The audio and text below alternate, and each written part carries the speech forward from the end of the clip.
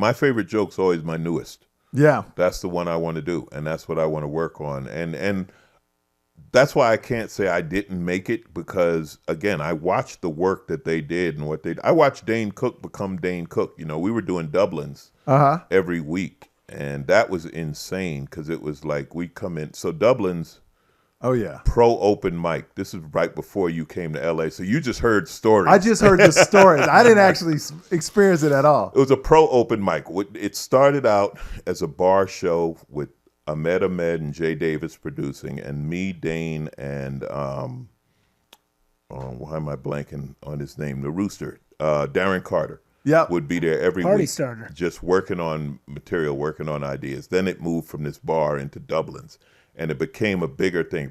Dublin's was like a scene, like it was this giant Irish hangout bar on Sunset, but we would still be there every week. Dane, it was crazy, and I knew Dane for a few years then, but it was like, where you going this week? Oh, I'm doing Chicago Improv. Oh, I'm doing Dallas Funny Bone. Oh, I'm doing blah blah blah. And 3 weeks later, where you doing? Oh, I'm doing San Jose Improv. Oh, I'm doing the Kansas City Chuckle Hut. Oh, I'm doing Madison Square Garden. What? What? Yeah, that fast. It was like that, because Dane figured out social media before anybody. Like Russell Peters with YouTube. He was a big college guy, and this was when social media was blowing up in colleges. And I always say, listen, Dane built a $10,000 website when we thought the internet was for porn. Yep. That was all we knew about the internet, so good for him. But anyway, Dublin's, we'd be there every week, and it became a scene. And, the alumni of Dublin's, Dr. Ken, Craig Robinson, Ralphie May, Sebastian, just on and on. All these every week, different lineups would come in. But me, Dane, and for a long time, Darren, but me and Dane, we were always there. And you would close the show. I always went up after Dane. And people were like, how do you follow Dane Cook? I'm like, well, I'm not trying to be Dane Cook. See, you had all these other, and I always said, people hated Dane and this. I said, no, famous Dane was, people were doing him before he was famous.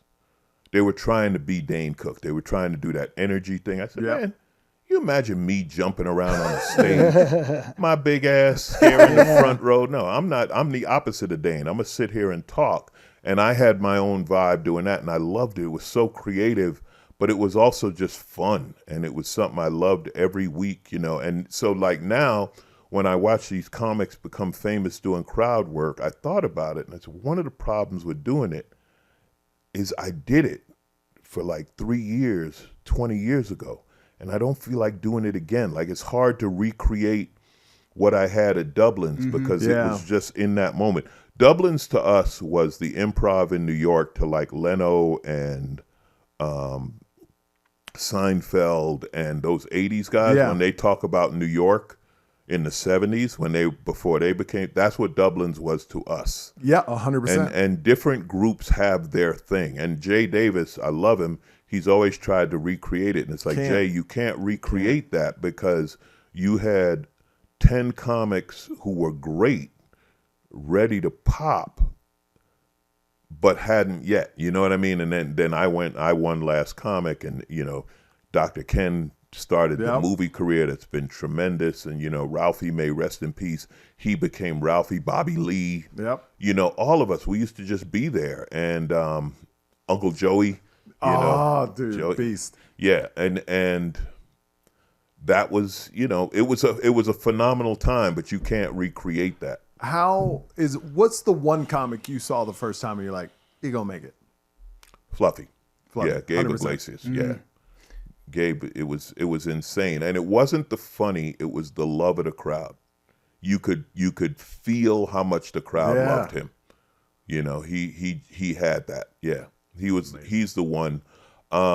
Joe surprised me, and I don't say that with any insult or diss to Joe. Joe was funny, but then Joe just like we didn't see all the work Joe was doing, and then suddenly the audience was growing and he was growing. You know what I mean? And then he became a monster. I tell you, the reason why I brought up earlier in the podcast the hate or the competitiveness is I remember when I first started and I told people I was touring with Joe, there was so much hate towards Joe because He sang at the end of his shows. He was a character on stage. But I told him, this is 13 years ago, 12 years ago. I go, when I leave a Joe Coy show, I don't feel I went to a comedy show. I feel like I went to an event. And now everybody's seeing that. But there was so much. He's not a real comic because he sings, he does this. Now, kind of, you do the funny. Like you said, if it's funny, it's funny. Yeah. So for the first year, maybe 2 years, definitely the first year, people hated Dane. Yeah. Hated him. And it hurt him. It bothered him. And then I talked to him about 2 years in, 3 years in, and he said, hey, man, bigger star, bigger target. You know, people resent success. Yeah. But at the same time, when he was on my podcast, he admitted he made a lot of mistakes too. Well, he was, his arrogance. His arrogance. His arrogance. But he also said he didn't have a great family or anybody behind him at that time. His arrogance, he burned a lot of bridges. And he's another one who I can say I've always been cool with him, right? Yeah, he's me been too. the same Me too. guy with me. But yeah, I know friends of his. I know comic friends of his that he lost. There was definitely an arrogance to it. I don't know why, but I didn't get that from him. I think because I was never competing with him. Yeah. I never had a problem with him being who he was. The only problem I had with these guys is they never take me on the private jet. None of them. Never been on a private jet. None of them. Russell Peters, Dane Cook, Fluffy. Fluffy has asked me. I will say he invited me, and I couldn't because it was like 2 weeks before, and I was already booked. But yeah, they never bring me on the jet, And Russell's like, man, I ain't bringing you. I don't want to work that hard. I was like, come on, Russell. I won't be funny. I won't be funny. Just take me on the jet. No, I joke about that. I love Russell. Russell's great. And he's a generous guy. Another thing about some comics that people don't realize is how generous they are. Some of the rich superstars. And they, like, I opened for Fluffy and Hassan Minaj. Mm-hmm. And we're comics. When we go in, we don't expect nothing, right? And they came here to Vegas, so I lived in town. And I remember getting a call from Fluffy and Hassan's manager, and they go, hey, what's your bank account? We want to send you a payment. And when they sent what they sent for 10 minutes of work, I was like, I can't wait to be able to do that for other people. Yeah. Because it's not like they don't cheap out at all. No. These guys are they know generous. they know what you've been through. That's what. And they also, when comics get down on their luck, comics have gotten sick, and there's a GoFundMe and this and that, and then this big check comes. This big donation comes from somebody, and I know some of the comics who have done that, and it's beautiful. Yeah. And they do it because they know what it's like. They know what it's like to be a comic. We ain't get no health insurance in this shit. Nope. Suddenly you get hurt, you can't work for X amount of time, and they're like, yeah, man, here, don't say anything. It's cool. If you don't mind me asking, talking about topical humor. So I write constantly, and Michael and I talk about this all the time. I'll write a joke, and I'm doing one right now because I'm from the same hometown as Bob Dylan, and obviously with the movie and it's out there. How do you segue jokes that are topical and put them in? Obviously they're going to have a shelf life on them.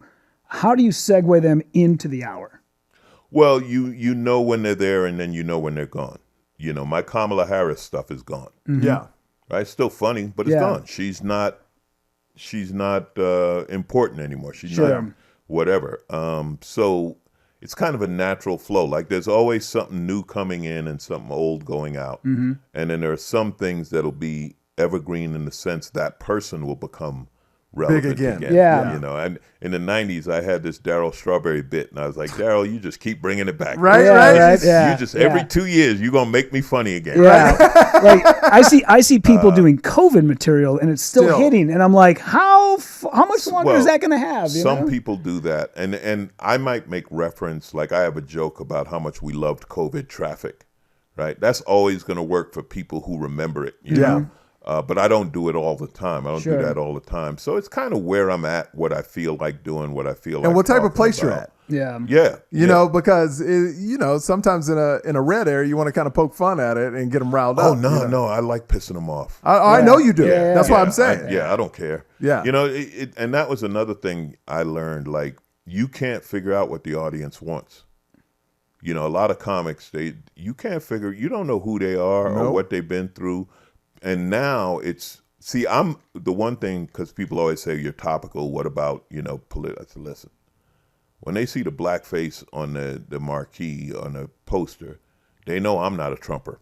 100%. They ain't coming in looking for that. The middle of the road white comics, I know, a lot of them who are liberal or non-political or whatever, they catch hell because they expect you to be a Trumper. Mm-hmm. Well, you know what's right? interesting? You're a white guy and you know what we mean, and they're like, nah, man, I don't hate trans people. I find it interesting. I know a couple of comics that were liberals, but they will go super right because they know that crowd is easy to get. Yeah. On their side. Like I tell my wife all the time, if I was a Republican, being half black and Asian and doing comedy, I would be selling out huge arenas, right? Not arenas, but theaters, because they would love to see a person like me support that movement. And Fox News and all those outlets, just because of how I look. You know what I mean? Gutfeld show and all that. Oh, it's easy money. They came at me when Obama got elected because they were looking for a black comic to be anti-Obama.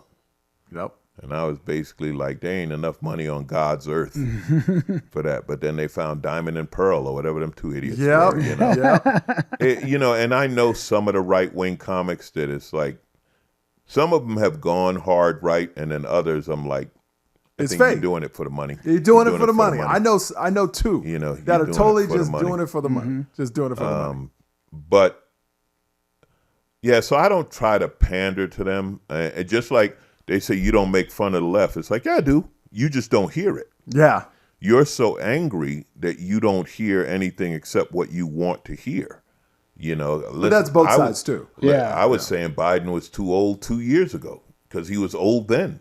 And that's when he should have stepped down. He'd been old for a long time. Yeah. But then I'll also joke that, look, you got a 78-year-old telling me the 80-year-old is too old? Come on now. Yeah. 100%. So, you're a great follow on Threads. Thank you. Yeah, you're great on Threads. I love reading your stuff. It's great. Yeah, but it's so in answer to your question, when do I know it's right and when it's wrong? It's just, is it still funny to me? Is it still relevant? Or do I have a new joke I want to do and I only got 45 minutes? Sure. So sometimes, it's funny when people ask me to do a joke that I don't even remember. Yeah. Hey, man, do your bit. I'm like, okay, how did it go? Right? So I don't remember. Yeah. And then I'll be like, damn, that was funny. Yeah, I will do that again.